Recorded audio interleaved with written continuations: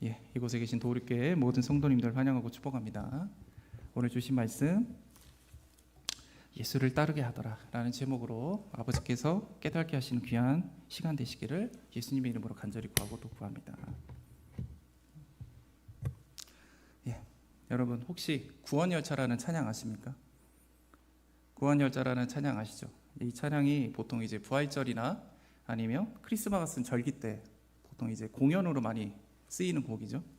CCD 같이 율동도 많이 하고 이 곡을 이용해서 여러 가지 스키 드라마든가 여러 가지 이런 연극이라든가 이렇게 공연에 많이 쓰이는 구원열차라는 곡이 있습니다. 저 어릴 적에는 이 곡을 많이 부르기도 하고 공연을 많이 했는데 이제 하도 많이 하니까 요즘은 안 하더라고요. 하도 많이 하니까. 근데 이제 대충 이 모든 가사를 제가 다 말씀드리기는 어렵고 1절만 제가 말씀을 드리면 나는 구원 열차 타고 주님 계신 하늘나라 가지요. 저 하늘 천성문을 향해 달려가는 구원 열차 타지요. 차표 필요 없어요. 주님 차장 되시니 나는 아무 염려 근심 없어요. 오직 주님 영원토록 나와 함께 하시니 아무 염려 없어요. 자, 이렇게 가사가 이렇게 말씀합니다. 그러니까 예수님의 구원의 십자가를 참 열차에 비유를 해서 참 재미있게 표현을 하고 있죠. 근데 이 가사를 보시면 알겠지만 예수님이 지신 십자가를 조금 단순하게 주님이 우리의 죄를 용서하셨다, 그리고 천국 가는 티켓 정도로만 좀 표현하고 있는 걸 우리가 좀 알 수가 있죠. 왜 그러냐면은 이 구원열차라가 사실 어린이 찬양이에요. 어른이 부르는 찬양이 아니고 어린이 찬양이기 때문에 아이들에게 맞춰가지고 눈높이에 맞춰서 십자가 구원이 뭔지 그래서 단순화 좀 시키고 이해하기 쉽게 전해야 되니까, 그래서 예수님이 지신 이 십자가의 의미를 모두 다 담기는 사실 어려울 겁니다. 근데 문제는 이 시대 수많은 그리스도인들이 구원열차 같이 어린이들이 이해하는 할 만한 그 수준의 십자가를 그렇게 깨닫고 있는 경우가 많다는 겁니다. 어른인데 아이들이 이해하는 십자가로 여전히 생각하고 있다는 거죠. 혹시 예수님께서 그 지신 고통과 고난의 십자가를 그냥 단순히 주님은 나를 구원하시려고, 그리고 나의 죄를 용서하시려고 오신 것이다, 또한 하나님은 나의 소망을 들어주실 거야, 하나님은 나의 문제를 해결하러 오신 분, 이 정도만 이해하고 계시면요, 다시 한번 자신의 신앙을 십자가 앞에 내려놓고 한번 점검해 보시길 바랍니다. 예수님은 그냥 단순히 나에게 맞춰서 그리고 나를 위해서만 이 십자가를 지신 2000년 전의 사건이 아니에요. 그냥 하나님께서 그 사랑으로 자신의 아들을 희생시킨 그냥 우리의 죄사함의 은혜만 있는 것이 아니라는 거예요. 예수님께서 우리의 모든 죄를 대신 짊어지시고 십자가에서 죽으신 이유가 과연 무엇일까요? 그냥 단순히 죄사함의 은혜 당연히 있죠. 천국 소망 당연히 있습니다. 하지만 하나님과 우리 사이의 관계가 회복되었다는 것이 가장 큽니다. 그리고 그걸 통해서 우리는 이 땅 가운데 하나님의 나라를 세우게 하려 하심입니다. 우리가 누가복음 17장 21절 말씀에 보면 또 여기 있다 저기 있다고도 못하리니 하나님의 나라는 너희 안에 있느니라, 예수님께서 말씀하세요. 여기서 말하는 하나님의 나라가 우리가 눈에 보이는 그런 나라이겠습니까? 보통 우리가 나라라고 하면 국민, 주권, 영토, 우리가 사회시간을 배우죠, 어릴 적에. 하지만 하나님의 나라는 그런 나라가 아니죠. 하나님의 나라는 하나님께서 다스리고 통치하는 겁니다. 즉슨 뭐냐, 하나님 나라의 회복을 위해서, 즉슨 하나님께서 직접 다스리시고 통치하시려는 바로 그 창조의 질서를 회복하시기 위해 이 십자가의 은혜가 있어요. 우리는 예수 그리스도의 보혈로 죄사함을 받았어요. 그리고 의인이 되었다고 하나님께서 칭해 주셨어요. 이걸 무슨 칭의 이렇게 말을 하죠. 근데 하나님과 우리 사이의 관계가 회복이 되었다는 거죠. 그리고 그 십자가로 하나님과 우리 사이 끊어졌던 그 다리를 새롭게 놓으셨다는 거예요. 그 말이 뭐냐? 이제 우리는 하나님께 직접 다스림과 통치를 받는 존재가 됐다는 거예요. 아담과 하와가 범죄함으로 하나님과 아담과의 관계가 끊어졌어요. 그리고 우리도 그 마찬가지로 끊어졌는데 그 예수님이 그 십자가로 그 관계를 회복시키셨어요. 이제는, 과거에는요 특별한 사람이면 하나님께서 하나님의 영을 보내서 사용하셨죠. 이제는 예수님의 십자가 때문에 우리는 하나님과 직통으로 관계가 열렸어요. 그래서 우리는 하나님께서 직접 우리를 다스리고 통치하신다고요. 그리고 하나님이 우리의 왕이 되셨고 우리의 전부가 되시잖아요. 그렇다는 게 뭐냐? 하나님이 끝까지 우리를 책임지신다는 거예요. 그래서 이제는 주님이 우리의 진정한 왕이 되셨기 때문에 그분의 다스림과 통치함을 받기 때문에 이제 우리는 하나님의 뜻을 이루는 삶을 살아가야 된다는 거예요. 그것은 우리가 예수님을 구주로 영접하고 그분을 믿게 되면서 우리 안에 하나님의 마음, 하나님의 형상, 하나님의 성품, 이게 다시 리바이벌, 다시 되살아났다는 겁니다. 예수님이 십자가에서 부활하신 것처럼 우리들도 우리 안에 예수님이 다시 부활하신 거예요. 하나님이 부활하신 거예요. 하나님의 마음, 하나님의 형상, 하나님의 성품, 이게 우리 안에 존재합니다. 이걸 그리고 그분의 영이시죠. 보혜사 성령께서 우리 안에서 다시 함께 하시죠. 그래서 우리가 이제 주님의 진정한 통로로서 이 땅 가운데 살아갈 수 있도록 하나님께 진정으로 다스림과 통치를 받을 수 있도록 우리 보혜사 성령님이 도우시죠. 만일 여러분의 마음속에 하나님을 향한 두렵고 떨림의 마음이 있으면서도 내가 하나님을 경외하고 싶고 내가 하나님을 사랑하고 싶고 무엇보다 죄는 맨날 짓지만 죄 짓고 싶지 않고 거룩하게 살고 싶은 그 갈망이 우리 안에, 여러분 안에 있다면은 그것은 성령님께서 우리 안에 내주하신다는 증거고요. 우리가 구원을 받았다는 하나의 증거입니다. 우리가 이런 마음을 보통 성경에서는 영의 마음이다 그렇게 말을 하거든요. 그 조나단 에드워즈 목사님은 이것을 신앙의 감정이라고 표현합니다. 혹시 이 신앙의 감정을 제가 말씀을 드릴 테니까 이 안에 없는 것 같아. 그러면 다시 예수님 이 마음을 내게 허락하십시오라고 고백하시고 이 마음이 우리 안에 있다면 하나님 이 마음이 터치되어서 하나님을 온전히 높이게 해달라고 기도하시면 됩니다. 신앙의 감정이 무엇이냐? 죄에 대해서 강력하게 미움이 있고 혐오가 있습니다. 죄에 대해서 두려움이 있어요. 또 하나님을 기쁘게 하지 못하는 것에 대해서 두려움이 있어요. 죄송스러움이 있어요. 주님께 하나님에 대해서 선하심에 대해서 감사해요. 은혜롭게 현존하는 하나님을 느낄 때 얻게 되는 그 만족과 기쁨이 있어요. 하나님께서 함께 하지 않으실 때 그 느껴지는 그 슬픔이 있어요. 두려움이 있어요. 고통이 있어요. 장차 하나님을 누릴 것에 대해 기대할 때 생기는 그 소망, 기쁨이 있어요. 그리고 하나님의 영광에 대한 강한 열정, 이게 바로 신앙의 감정이라고 말합니다. 우리 안에 이와 같이 하나님의 마음 그리고 그 갈망이 있다면 주님께서 우리 안에서 되살아나신 거예요. 그리고 그것이 바로 주님께서 우리에게 주신 주님의 마음이죠. 그래서 우리가 예배와 기도와 찬송을 드릴 때 우리 방금 찬양할 때 얼마나 마음이 감동이 오죠. 주와 함께 십자가에 못 박히는 주와 함께 죽고 주와 함께 살아나리라. 우리가 이 찬송에 우리가 감동할 수 있는 거 가사 때문에 노래가 좋아서 아니에요. 우리가 주님께 집중할 때 말씀에 집중할 때 우리 안에 있는 신앙적인 감정 바로 하나님의 마음이 터치된 겁니다. 터치되었기 때문에 우리 안에 그 말씀 속에 우리가 감동 있고 은혜가 있는 거예요. 그래서 우리가 그로 인해 변화되는 겁니다. 하지만 도르게 성도 여러분, 우리 안에서 하나님의 성품이 하나님의 마음이 되살아났어요. 그럼에도 불구하고 우리는 이 땅에 살아갈 때 베드로전서 2장 9절의 말씀처럼 너희는 택하신 족속이요 왕같은 제사장이요 거룩한 나라요 그의 소유된 백성이다. 이렇게 변화돼서 온전히 살아가고 계십니까? 최소한 오늘 하루의 삶 속에서는 승리하고 사셨습니까? 우리가 주님의 자녀로서 세상과 구별되게 그렇게 살아가고 계십니까? 사실 우리가 하루하루 승리하며 주님의 백성이며 자녀로서 이 땅에 온전히 살아가는 건 결코 쉽지가 않죠. 아니 나는 예수님으로 인해 구원을 받았는데 왜 나는 여전히 이전에 살던 삶에 그런 생각과 마인드가 있지? 왜 나는 여전히 죄 가운데 연약한 가운데 또 넘어지지? 이런 고민 안 해보셨나요? 저는 어릴 시절에 이 부분 때문에 너무 힘들었어요.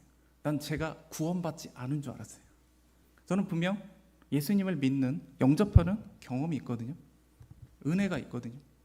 그런데 여전히 내 삶은 이전과 다를 바가 없는 거예요. 여전히 내 생각과 마인드는 예전에 생각했던 것과 똑같은 거예요. 그래서 저는 구원이 안 됐다고 생각했어요. 아니 분명히 예수님의 십자가로 구원을 받으면 새롭게 된다는데, 새로운 피조물이 되는데 왜 나는 여전히 옛날과 같이 상하지?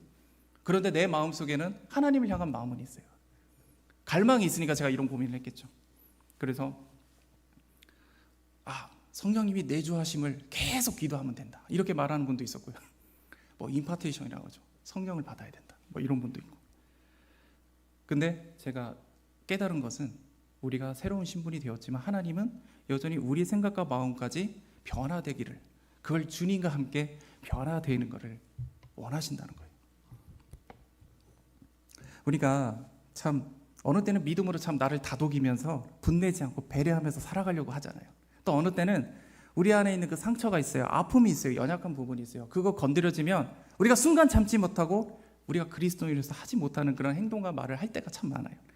우리 안에 하나님의 마음이 새롭게 살아났고 성령께서 우리 안에 내주하고 계시는데, 그럼에도 불구하고 구원받은 우리의 이런 모습 가운데 있는 것은 바로 자기중심적인 옛자가 마음이 여전히 우리 안에 존재하고 있기 때문이에요.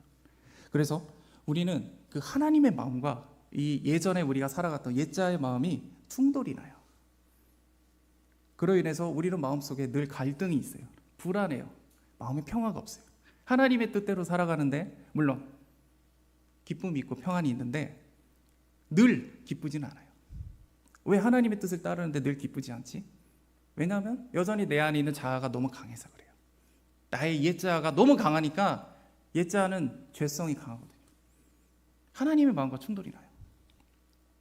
이 싸움이 너무 치열하고 너무 힘드니까 바울 사도도 우리 로마서 7장 24절에 이렇게 말해요. 오라, 나는 공고한 자로다, 사람이로다. 이 사망의 몸에서 누가 나를 건져내랴. 바울조차도 이렇게 한탄해요. 우리 그리스도인 안에는 이제 속사람이라고 하죠. 속사람은 하나님의 법을 즐거워해요. 하지만 저도 마찬가지고 대부분의 그리스도인도 마찬가지인데, 우리 안에는 바로 옛자, 그 옛자의 마음과 속사람 간의 그 전쟁이 있고요. 그래서 우리 마음은 전쟁터로 가잖아요. 근데 대부분 옛자가 승리를 해요. 우리 대부분 그렇게 넘어져요, 우리가. 그래서 주도권을 가지면서 그냥 그렇게 해서 주님을 쫓는 경우가 우리가 너무 많아요. 그렇게 되면 우리가 영적 성장이 더디고 진정한 구원받는 자로서 변화되는 게 힘들죠. 또 우리 성도 여러분, 우리 당연한 말이지만 하나님의 법, 하나님의 마음, 하나님의 성품을 선택하시기를 원합니다. 우리가 주님의 자녀로 진정 세워지는 것은 바로 그 시작은 바로 하나님의 마음을 먼저 선택하는 겁니다. 그것도 한두 번? 아니요. 일주일에 하루? 아니요. 매일매일 하나님의 마음을 택하고 살아가는 것이 바로 우리 인생 가운데 승리의 비결입니다. 그리고 시작입니다. 우리가 처음 예수님의 은혜 새로운 피조물이 되었고요. 하지만 여전히 우리의 생각과 감정과 의지는 예전에 제된 그 삶을 살아갔던 때와 별반 다르지가 않죠. 그렇기 때문에 우리의 마음을 새롭게 변화되기 위해서는 무엇보다도 내기 위해서는 그 마음을 온전히 따르고 나가는 것이 너무 중요합니다. 그래서 진정 구원의 자리, 이제는 내가 구원받지 못한 내 생각과 감정까지 완전히 구원받는 은혜가 필요하죠. 이전에는 우리가 본인이 생각하기에 옳은 소견대로 그것을 중심으로, 그게 선한 것이든 아니면 악하든 간에 내가 원하는 바대로 우리가 생각하고 행동을 했어요. 우리는 그랬어요. 그 결과가 좋으면 괜찮은 거, 그리고 그게 선한 행동이면 아무 문제 없다고 우리는 그렇게 생각하고 살았어요. 그런데 이제는 내 마음대로 선하다고 생각하는 그 모든 것들이 완전히 뒤바뀐 거예요. 여러분, 선함의 기준이 뭡니까? 우리는 선함의 기준에서 착각할 때가 많아요. 많은 그리스도인조차도 착각해요. 선함의 기준을 윤리 도덕으로 생각해요. 착한 일, 선한 일을 착한 일이라고 생각해요. 뭐 남을 돕는 거 옳은 거죠. 그런데 하나님의 뜻, 선함의 기준은 하나님의 뜻입니다. 우리가 가령 누군가를 돕는 건 옳은 일입니다. 합당한 겁니다. 선한 일입니다. 그렇지만 하나님은 어쩔 때는 그를 돕지 말라고 할 때가 있어요. 왜? 그 사람이 힘들고 어렵고 아픈 과정 속에서 하나님과 기도로 붙잡고 믿음으로 성숙해 하려는 하나님의 계획이 있거든요. 근데 우리는 그것도 모르고 도와줘야 된다고, 우리가 생각하기에는 그게 옳다고, 그렇게 되면 과연 하나님은 우리를 뭐라고 하실까요? 네가 옳도다라고 하실까요? 선하다고 하실까요? 결코 그렇지가 않죠. 너는 그 사람이 성장하는 것을 막았다. 우리가 베드로의 모습을 보면 아시겠지만 베드로는 주는 그리스도시여 살아계신 하나님의 아들이시라 놀라운 고백을 해요. 예수님이 기뻐하시잖아요. 이거는 네 고백이 아니다. 하나님이 너에게 주신 고백이다. 그럼 또 어떻게 얘기해요? 나는 이제 죽을 것이다. 사흘 만에 부활할 거야. 그러니까 베드로가 뭐라고 하죠? 주님, 그러실 수 없습니다. 그래서는 안 됩니다. 막아요. 그자 예수님이 뭐라고 하세요? 사탄아 물러가라. 너는 나를 무너뜨리잖아. 왜 예수님이 그렇게까지 얘기하셨을까요? 우리가 이게 오해할 수가 있는데 베드로가 하나님 예수님이 왕이 되시면 옆에서 한 자리 하려고 죽으시면 안 돼요 그렇게 말했나 보다. 그게 아니에요. 진짜 베드로는 순수한 마음으로 얘기했을 거예요. 아니 솔직히 우리 존경하는 분, 사랑하는 분이 나 이제 곧 죽어야 된다 그러면 안 돼요 그러죠. 제가 못 죽게 막겠습니다. 그렇게 막는 게 원래 정상 아니에요? 당연한 거죠. 그런데 우리가 아무리 베드로가 옳은 소견으로 올바른 방향으로 올바른 마음으로 그 일을 감당했을지라도 주님이 원하시는 방향이 아니면 그건 죄가 돼요. 선함이 아니에요. 아무리 본인의 생각과 기준이 선한 행동이라고 할지라도 예수님께 구원받은 자들은 그 선함의 기준이 되시는 바로 하나님의 뜻, 하나님의 방법을 그분의 뜻대로 행동하고 우리가 나가야 되는 거예요. 그래서 이전처럼 자신의 옳은 소견대로 살아가는 것이 아니라 선함이라고 생각하고 선택하고 우리가 살아갔던 그 과정 속에 왠지 모르게 마음속에 찔림이 있어요. 옳은 일을 했는데, 좋은 일을 했는데 마음이 뭔가 찝찝해. 막 찔림이 있어요. 불편함이 있어요. 평화가 깨지네. 만일 그것이 많이 그렇다면 하나님의 뜻이 아닐 수도 있으니까 바로 기도하면서 여쭤보시고 찾아봐야죠. 그런데 이런 찔림도 없어요. 내가 어떤 행동과 마음을 하네. 내가 옳은 소견에는 합당하니까.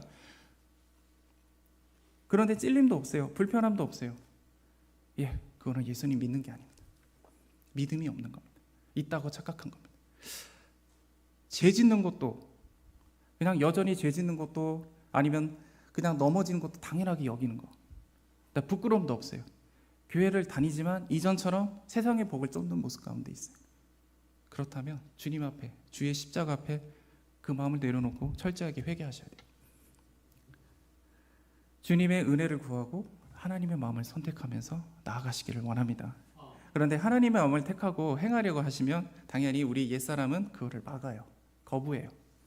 나 자신과의 싸움이 당연히 많아지겠죠. 우리 흔히 이런 표현 많죠. 나 자신과의 싸움에서 승리했습니다. 이런 말 들어보셨죠? 우리 운동선수들 보면은 그런 표현을 많이 해요. 어떻게 해서 이렇게 이 경기에서 이겼고 무엇이 가장 힘들었습니까? 라고 우리가 인터뷰 같은 거 하면은 그 선수가 이렇게 말하죠. 나 자신과의 싸움이 너무 힘들었습니다. 그렇게 표현을 많이 하죠. 그게 무슨 표현이냐? 보통 운동선수들은 다른 선수와 겨루어서 이기면 승리하는 걸로 우리가 생각하지만 그건 스포츠 룰이 그런 거고, 그가 그 경기에서 승리하기 위해서는 그에 걸맞는 땀을 흘려야 돼요. 훈련을 해야 돼요. 그리고 누구보다 노력이 필요해요. 운동선수들 운동 스케줄 보면 일반인으로 보면은 당연히 정말 일반인은 그 소화할 수 없는 운동량이죠. 그리고 인류 최고의 선수가 되려면 그거보다 더 노력하고 더 많이 체계적인 훈련이 필요할 겁니다. 근데 보통 이제 코치들이 그 팀별로 이렇게 훈련 프로그램을 짤 거 아니에요. 오전에는 어떤 훈련, 오후에는 어떤 훈련. 뭐 예를 들어 대회가 가까우니까 저녁에는 이런 보충 훈련, 뭐 이런 것들을 하겠죠. 보통 훈련이 스케줄이 끝나면 저녁에는 자유롭게 본인이 할 수 있는 하고 싶은 것들도 하고 쉬기도 하고 그렇게 한단 말이죠. 그런데 어떤 선수는 개인적으로 보충 훈련을 해요. 우리가 학교 다닐 때 한번 생각해 보시면 우리가 이제 정규 수업이 이렇게 쭉 있죠. 그리고 보충 수업이 있어요. 그리고 자율학습이 있죠. 보충 수업인데 이건 보충 수업이 아니에요. 옛날에는 그냥 진도대로 나가는 수업일 뿐이에요. 보충 수업은 이거 듣고 이거 좀 잘 모르겠다. 그러면은 선생님이 그 부분을 한 번 더 이렇게 수업을 해줘야 되는 건데 제가 다닐 때는 그런 게 아니었어요. 그냥 진도대로 나가는 게 보충 수업이라고 했어요. 그리고 자율학습인데 타율학습이에요. 자율학습인데 내가 자유롭게 해야겠다 하면은 선생님한테 그 다음 날 빠따 맞죠. 우리 어릴 적에는 엉덩이 불났다고 그런 표현했는데, 근데 요즘은 보니까 자율학습을 이제 신청해서 한다고 하더라고요. 많이 좋아졌어요. 저 어릴 적에는 무조건 10시에서 12시까지 밤에 자율학습을 했는데, 어쨌든 그런데 인류 선수는 그 저녁에 쉴 시간에도 보충 훈련을 해요. 근데 우리가 그 과정에 이제 스케줄은 이제 다 끝났어요. 이제 정해진 훈련은 다 했어요. 쉴 수도 있잖아요. 보충 훈련 물론 하더라도 좀 대충 할 수도 있고 조금만 더 쉬고 싶고 그리고 좀 적당히 하고 싶은 마음이 올라오지 않겠어요? 하지만 최고의 선수는 적당히 하자라는 그 마음을 싸워서 이기는 자예요. 조금만 더, 한 세트만 더 하자. 그리고 쉬자. 패배자는 다음에 하자. 그러겠죠. 자기 자신이 더 이상 하고 싶지 않은데 미루고 싶은데 그걸 이기고 이 보충 훈련에서 열심히 한 선수가 남들보다 앞서가는 거죠. 나중에 최고의 선수가 될 수 있는 겁니다. 우리들도 마찬가지죠. 우리가 내 자신의 옳은 소견대로 내 자신이 원하는 대로 살아가고 싶고 우리 대충 신앙생활 대충 하고 싶잖아요. 일주일에 하루만 예배 드리고 그럼 나 오늘 의무 다 한 거 아니야? 일주일. 우리 수요 예배도 금요 예배도 나오시고 우리 토요일도 같이 청소하시고 함께 하죠. 이게 쉽지 않잖아요. 보통 분들은요. 일주일에 한 2번 예배 나오면 진짜 잘했다고 사람들 칭찬해요. 쉽지 않아요. 그래, 나 죽으면 천국 가니까 내 즐기고 살자. 제 친구가 이런 말을 했어요. 야, 그저께 살다가 죽기 전에 예수님 저 용서해 주세요. 주의 십자가를 믿습니다. 그럼 구원받는 거 아니야? 이런 진짜 편하고 죄사함의 은혜만을 느끼고 그렇게 살아가는 마음 우리 안에 가득해요. 이게 우리의 옛사람의 마음이에요. 근데 예수님을 믿는 자들은 이런 생각과 마음과 싸워서 승리한 자들이죠. 나 자신과 싸워서 이긴 자들이에요. 하나님은 우리의 믿음이 성장하고 온전히 그리고 우리의 자아까지도 완전히 구원시키시려고 우리를 승리케 하려고 삶 속에 고난과 아픔이라는 것을 숨겨놓으셨어요. 그게 바로 훈련 프로그램이에요. 그래서 우리는 이걸 극복하기 위해서는 주님 앞에 기도하고 무릎 꿇을 수밖에 없잖아요. 고난 속에서 쓰러질 때 믿음을 더하여 주시옵소서. 이기게 하시옵소서. 승리케 하옵소서. 저는 연약합니다. 하나님이 돕지 않으면 내가 어떻게 감당합니까? 그리고 하나님의 뜻을 알고 싶잖아요. 우리가 영이 귀가 눌려서 하나님의 말씀을 들으면 좋겠지만 안 되잖아요. 어떻게 해요? 그럼 말씀 속에서 찾아봐야 돼요. 하나님 나에게 뭐라고 말씀하시지? 하나님 이 상황에서 왜 대답을 안 하세요? 마음에 감동이라도 주세요. 우린 그렇게 기도할 수밖에 없잖아요. 답답하니까, 힘드니까. 그래야만이 우리가 하나님의 마음, 신앙의 감정이 터치돼서요. 이제는 사명자로서 진정한 구원의 목적이 완성이 된다는 겁니다. 하나님께서 우리를 구원하신 진정한 목적, 이게 과연 뭘까요? 예수께서 지신 그 십자가, 그 십자가를 우리도 지는 겁니다. 그게 바로 구원의 목적입니다. 오늘 마가복음 15장 21절 말씀 우리 다 같이 읽겠습니다. 시작. 마침 읽겠습니다. 시작. 마침 알렉산더와 루포의 아비 구레네 사람 시몬이 시골에서 와서 지나가는데 저희가 그를 억지로 같이 가게 하여 예수의 십자가를 지우고 아멘. 도우르께 성도 여러분, 구레네 시몬의 모습 속에서 나 자신을 내려놓고 오직 하루 나에게 맡겨진 이 십자가에 순종했을 때 하나님께서 부어주시는 그 은혜가 깨달아지는 은혜가 있기를 원합니다. 하나님의 진정한 사명자로서 온전히 구원자로 세워지는 우리 구레네 시몬의 모습 속에서 우리가 발견하시기를 원합니다. 구레네 시몬은 디아스포라예요. 구레네 땅에서 온 자죠. 유대인이지만 구레네라는 먼 지역에서 온 거죠. 자신의 자녀하고 같이 왔어요. 유월절을 맞이해서 하나님께 예배하러 왔어요. 성지순례에 온 거예요. 그냥 하나님께 예배 드리러 왔어요. 예수님이 누군지도 몰랐을 거예요. 그런데 그가 예수님을 따르는 무리들과 제자들을 대신해서 예수님과 함께 그 십자가를 지게 되었다고요. 유일하게 예수님께 큰 도움이 되었던 인물이에요. 마태, 마가복음에서는 로마 병사들이 시몬에게 억지로 그 십자가를 지게 했다고 기록이 되어 있죠. 즉 시몬이 원치 않았다고요. 의도치 않게 이 십자가를 지게 된 겁니다. 당시 예수님은 채찍을 맞으시고 온몸이 망신창이가 되어 있던 상태죠. 그래서 고통 가운데 이 십자가를 들고 갈 수 없을 정도로 몸이 굉장히 힘든 상태였던 거죠. 그만큼 이 십자가의 죄의 무게는 무거운 겁니다. 아마도 시몬은 수많은 사람이 모여있을 거 아니에요. 죄인들이 이 십자가를 들고 가는 걸 봤을 거 아니에요. 그럼 구경 갔을 거예요. 그래서 그 근처로 왔겠죠. 그의 가족들과 함께. 그때 십자가를 들고 갈 수 없는 예수님 때문에 대신 십자가를 지게 할 사람을 로마 병사가 찾고 있었겠죠. 그때 딱 그를 발견한 거예요. 아마 그가 체격이 굉장히 건장했던 것 같아요. 그를 딱 발견한 거 보면 그때 너는 이 십자가를 지고 같이 가라 했을 때 시몬은 예 알겠습니다 하고 줬을까요? 아니죠. 절대 그렇지 않죠. 그가 그 마음속에 갈등이 있지 않을까요? 십자가는요 죄인이 받을 수 있는 가장 잔혹한 형벌이에요. 우리가 예전에 그 망난이라고 하죠. 망난이. 사람을 이제 사형시키는 망난이라고 하죠. 사형을 당하는 그 가족들이 망난이한테 뇌물을 줘요. 왜? 한 번에 죽여달라고. 이게 한 번에 죽지가 않는데요. 그러면 고통 가운데 있죠. 이 십자가 형벌이 뭐냐? 한 번에 죽는 형벌이 아니라고요. 십자가 위에서 몇 날 며칠 고통 가운데 죽게 만드는 아주 잔혹한 게 이 십자가입니다. 게다가 나무에 매달려 죽음을 당하는 것은 저주의 상징이에요. 유대인에게는 저주를 당했다고 생각을 했어요. 혹자는 로마 병사가 명령을 했으니 우리가 따를 수밖에 없어서 시몬이 십자가 진 거 아닙니까? 이렇게 생각할 수도 있잖아요. 근데 이게 그냥 그런 단순한 문제가 아니에요. 본인은 유대인이잖아요. 나는 죄인이 아닌데 내가 왜 이 십자가를 지고 가야지? 내가 어째서 나무의 저주를 받기 위해 이거를 같이 져야 됩니까? 그 마음속에 얼마나 수도 없이 많은 의문과 불편함과 거부하는 마음이 있지 않았겠어요? 하지만 그는 예수님을 위해서 그 십자가를 억지로라도 지기로 합니다. 수많은 인파 속에 예수님을 비난하는 자들이 많았겠죠. 근데 또 한편 예수님을 위해서 우는 자들도 많았을 거예요.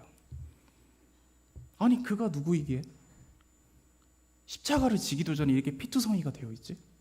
왜 그를 위해 울고 있지? 왜 이렇게 십자가를 지기도 전에 이렇게 많이 채찍을 때려서 사람이 그냥 거의 반 죽은 상태로 만들어놨지? 내키지 않았겠죠. 근데 예수님과 함께 억지로 이 십자가를 지고 가게 됩니다. 그 마음속에 그 국률한 마음이 생기니까. 예, 십자가를 진다는 거예요. 바로 예수님을 만난다는 거예요, 여러분. 여러분 예수님 만나고 싶죠? 아멘? 그러면 십자가를 지시면 돼요. 그러면 주님과 함께 십자가를 질 거예요. 왜냐하면요, 이 십자가는 우리 힘으로 지는 게 아니에요. 시몬이 진 줄 알았는데 아니에요. 예수님과 함께 졌기 때문에 우리가 우리의 하루 맡겨진 십자가를 지는 거예요. 예수님 만나고 싶잖아요, 우리. 그러면 예수님 만나고 싶을 때 바로 우리 앞에 하나님이 맡기신 그 십자가를 지면 됩니다. 우리는 기도하면 하나님 물론 만나 주시지만 제일 좋은 방법은 바로 십자가를 지는 겁니다. 우리는 이 십자가를 지려고 할 때마다 예수님은 만나고 싶은데 우리 아이는 옛자 마음은 귀찮다, 불편하다, 하기 싫다, 다음에 하자, 오늘만 날이 아니잖아, 이거 한다고 뭐 달라진 거 없잖아. 우리 마음속에 수도 없이 아마 우리 그렇게 명령을 내릴 거예요. 오더를 내릴 거예요. 그래도 억지로 올 하루 맡겨진 십자가를 지고 가십시오. 불편해도 지고 가십시오. 시몬도 지금 불편한데도 그 십자가를 지고 갔어요. 제가 예수님을 영접하고, 그러니까 뭔가 감동이 있을 때 교회에서, 제가 본각교회에서 뭔가를 이제 이 봉사 같은 거, 이런 여러 가지 것들을 맡아달라고 이제 부탁이 많이 왔었어요. 그래서 저는 이거 거부하면 안 되는 줄 알고 다 받아들였어요. 했더니 청소년부 선생님하고 성가대하고 찬양단하고 또 청년부까지 이렇게 감당하게 되더라고요. 이게 문제가 뭐냐면 제가 아직 신앙이 별로 이렇게 여물지도 않고 믿음도 부족한 상태인데 아침부터 저녁까지 계속 이 일을 감당하다 보니까 사람이 너무 지치는 거예요. 뭐 지치는 건 그렇다 쳐요. 정신적으로 은혜가 안 돼요. 사람이 은혜가 안 되니까 막 회의감이 오기 시작하는 거예요. 특히 제가 청년부랑 찬양단하고 이제 투표로 이렇게 회장을 뽑아요. 리더랑. 그러면 제가 아무래도 나이가 그때 그래도 좀 나이가 있는 편이었고 남자니까 항상 뽑히더라고요. 뽑히니까 어쨌든 제가 회장이잖아요. 회장하면서 제가 제일 힘들었던 게 뭐였냐면 공연 준비하는 게 힘들었어요. 매번 크리스마스가 오고 부활절도 오고 가끔 이제 추수감사절 때도 우리는 했었거든요. 공연을 준비해야 돼요. 그러면 아무도 공연을 준비하는데 도움은 안 줘요. 저 혼자 짜요. 자, 이거 한번 해보자 하면은 이 친구들 창피하다. 못하겠다. 속 터져요. 아니 괜찮다. 제가 그렇게 해서 설득해서 몇 번 한 적이 있어요. 그래서 제가 하나님께 그랬어요. 하나님 2번까지입니다. 2번까지만 할게요. 제발요. 제발 저 뽑지 마세요. 2번만 하고 싶어요. 이제 공연 준비 안 하겠지라고 생각했는데 제가 여기 전사되면서 이전보다 더 많이 짜고 있어요. 그래도 감사한 게 우리 청년들이 잘 따라줘서 이렇게 짜게 됐는데, 제가 이것 때문에 너무 스트레스를 받으니까 나중에 하나님께 막 하소연하듯이 기도한 거예요. 하나님 너무 힘들다고. 이 친구들은 자기가 귀찮은 일 맡기 싫으니까 나한테 떠맡기려고 이렇게 저 회장 뽑는 것 같다고. 너무 싫은 거예요. 어떻게 해야 돼요? 저 이제 그만하고 싶어요 라고. 하나님 이 지금 제가 지고 가는 물론 이제 그 십자가라는 표현은 좀 웃기지만 억지로라도 지금 지고 가고 있긴 한데, 제 성향이 한번 맡으면 도중에 포기하고 가는 걸 너무 싫어해요. 잘하든 못하든 일단 끝까지는 가야 돼. 그리고 다른 사람한테 넘겨야 돼. 그래야 내가 마음 편해요. 어쨌든 그래서 꾸역꾸역 갔는데 도저히 못 가겠어요. 포기하고 싶어요 할 때 하나님이 제게 응답을 주시더라고요. 마음속에 감동으로. 얘야, 네가 그렇게 억지로라도 안 하면 너 신앙생활 못해. 너 이렇게도 안 하면 너 교회 잘 안 다녀.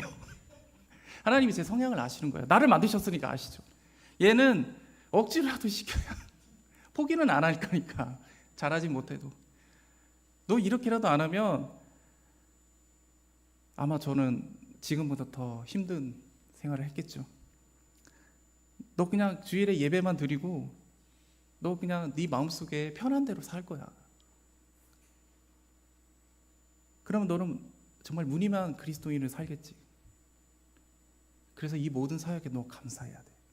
제가 그래서 그때부터 다 포기했어요. 물론 좀 조절은 했어요. 너무 피곤해가지고 몇 개 빼고. 그래서 참 재밌는 게 뭐냐면 나중에 보니까 그대로 또 하고 있더라고요.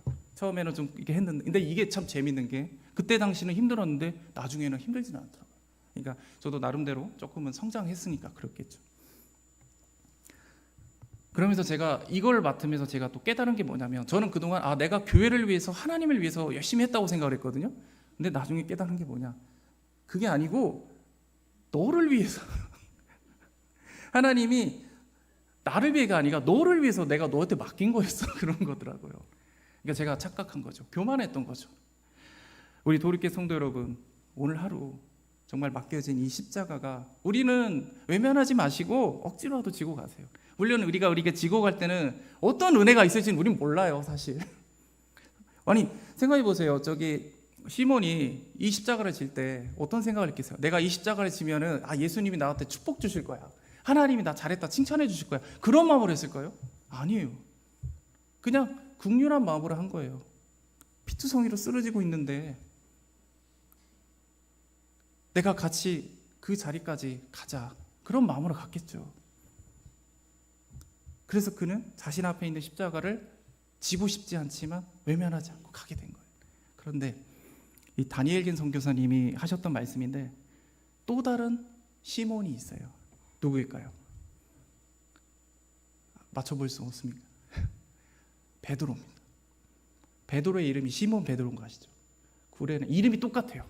어쩌면요, 이 십자가는 베드로가 져야 됐던, 시몬 베드로가 져야 됐던 십자가일지도 몰라요. 근데 시몬 베드로는 어떻게 했죠? 거부했죠. 두려움에, 불안함에, 염려 때문에 주님을 거부해요. 그런데 구레네 시몬은 어떻게 하죠? 구레네 시몬도 똑같아요. 나도 이거 지고 싶지 않습니다. 내가 왜 죄인의 상징이 십자가를 집니까? 아픔, 내가 왜 저주의 상징을 지어야 됩니까? 그런데 진 거예요. 억지로라도 순종하기로 결정한 거예요. 그 결과 어떻게 됩니까? 로마서 16장 13절 말씀에 보면 사도 바울이 루포와 그의 어머니께 문안하라라고 말씀하세요. 그의 어머니는 나의 어머니다, 이렇게까지 바울이 말하고 있어요. 아니 그가 누구길래 이렇게까지 바울이 이게 이름을 높여주지? 루포가, 그리고 그의 어머니가 바로 시몬의 아들이에요. 그리고 그의 아내입니다. 우리 마가복음 15장 21절에 보면 시몬의 아내고 아들입니다. 그의 가족이 아버지가 진 십자가 사건 이후에 예수님이 지신 십자가까지 봤을 거 아니에요. 그 현장을 봤을 거예요. 이가 누구지? 예수님이 하셨던 말씀을 다 들었을 거예요. 예수님이 돌아가시면서 지진이 나요. 하늘이 어두워지고. 그리고 그들은 다시 집으로 돌아갔을 거 아니에요. 가려고 배를 탔겠죠. 구레네가 먼 땅이니까. 그때 복음의 소식을 들어요. 굿뉴스. 예수님이 부활하셨대. 응? 내가 그때 같이 지었던 분인데 그분이 부활했다고? 어떻게 사람이 부활하지? 궁금하지 않아요? 예수님과 한 번의 만남, 평생의 만남으로 그는 변화되었어. 그 마음에 막 울림이 있는데 굿뉴스, 말씀이 우리 안에 파고든 거예요. 시몬에게 파고든 겁니다. 누가복음 23장 26절 말씀 우리 다 같이 읽기를 원합니다. 시작. 그들이 떼수를 입고 갈 때 시몬이라고 하는 구레네 사람이 시골에서 오는 것을 붙들어 그에게 십자가를 집어 예수를 따르게 하더라. 아멘. 여러분, 이 말씀을 듣고 그 자녀들이 떠올랐을 거예요. 아빠가 같이 지었던 그 십자가인데? 그리고 그는 어떻게 기억하냐? 예수를 따르게 하더라.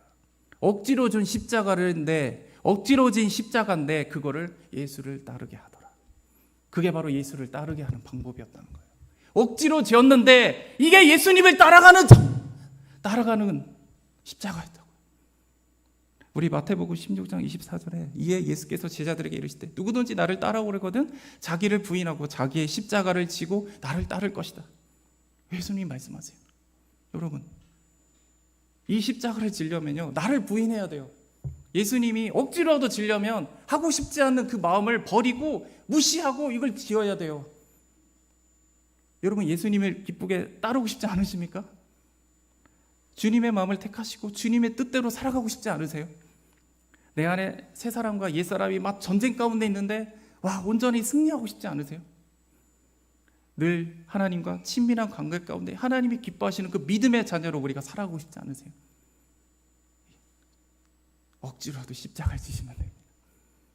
지금 당장은 마음에 막 원해서 발에서 막 지는 건 아니지만 매일매일 지다 보면요, 어느 순간 복음이, 말씀이 우리 안에 파고듭니다. 그리고 어느 순간 보니 예수를 따르더라.